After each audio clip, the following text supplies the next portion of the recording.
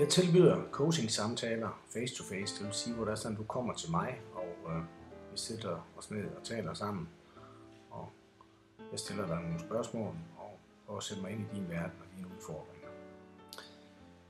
Det vil jeg vende tilbage til med en anden video. Men udover det, så tilbyder jeg også online kost- og træningsvejledning, eller være din online coach.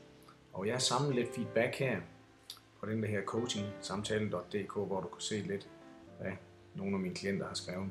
Det er både omkring dem, der har været til coaching-samtaler hos mig, men også online personlig træning, som her for eksempel. Online personlig træning er egentlig det, jeg vil komme ind på her.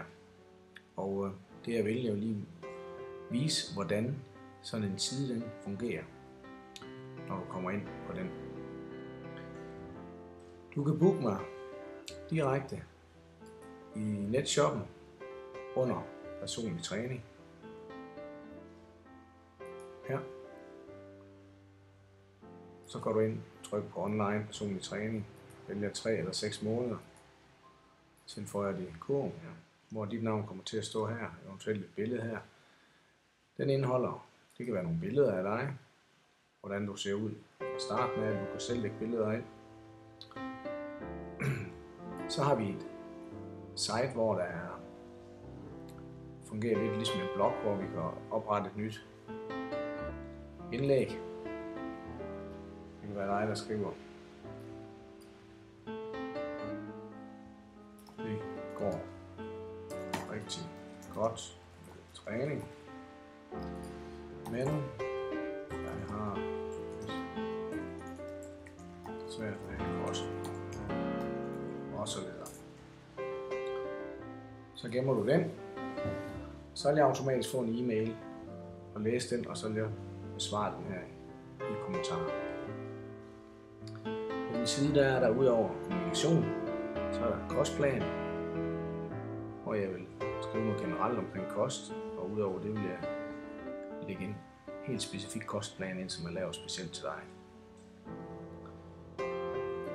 Træningsplan, igen det samme, jeg vil lave en specifik træningsplan til dig ud fra de mål og de forudsætninger du har, og jeg sætter det op i, at min krop skal splittes op hen over ugen, og du skal lave cardio og hvor meget og hvordan det er, og en specifik træningsplan, god sæson herude. Den kan du selvfølgelig printe ud og tage med ind i et træningscenter.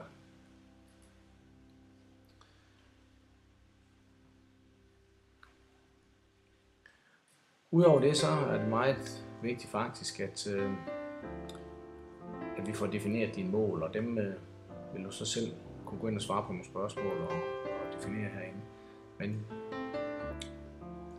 dertil så er det en rigtig god idé at registrere din udvikling. Og det kan fx være ligesom det vist her, morgenvægt og omkredsmål på talje og hofter eksempelvis. Det kan være noget med styrke, om du bliver stærkere, som ugerne går, hvor mange kalorier du har forbrændt osv.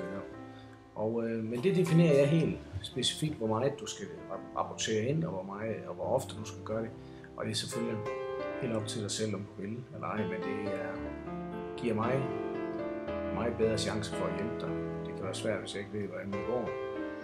Og det er også en motivation for dig selv, at du skal registrere det.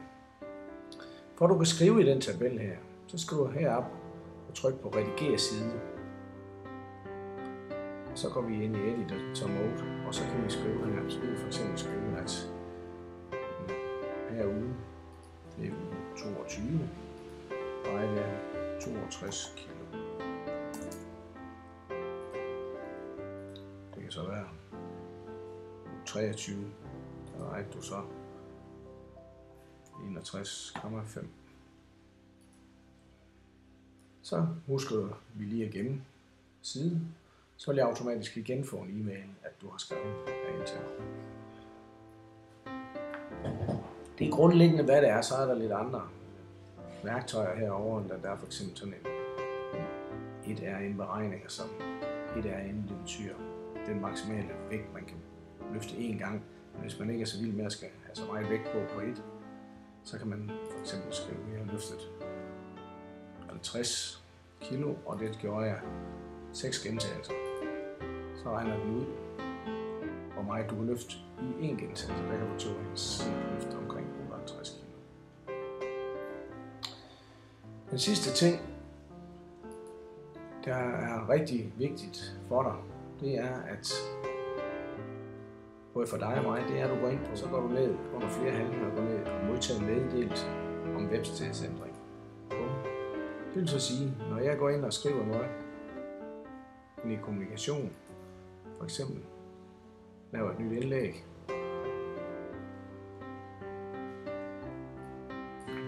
for eksempel skriver af coach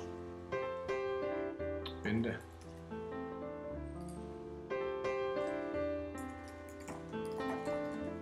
hvordan er det gået med kosten efter vi ændrede til lidt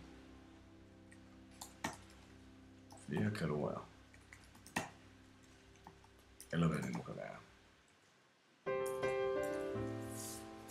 Det vil som oftest nok være dig, der stiller mig nogle spørgsmål herinde, men dem holder vi sådan i så stor udstrækning som muligt her over kommunikation, og så kommer de fortløbende, og vi får henholdsvis, du får e-mail, og jeg får e-mail, og der sker nogle ændringer. Det er jo stort set sådan, det fungerer, og du kan som sagt gå ind på coachingsamtale.dk og se, hvad nogle af de klienter har skrevet, der har allerede har været her i forvejen. Tak for det. Tjek det ud.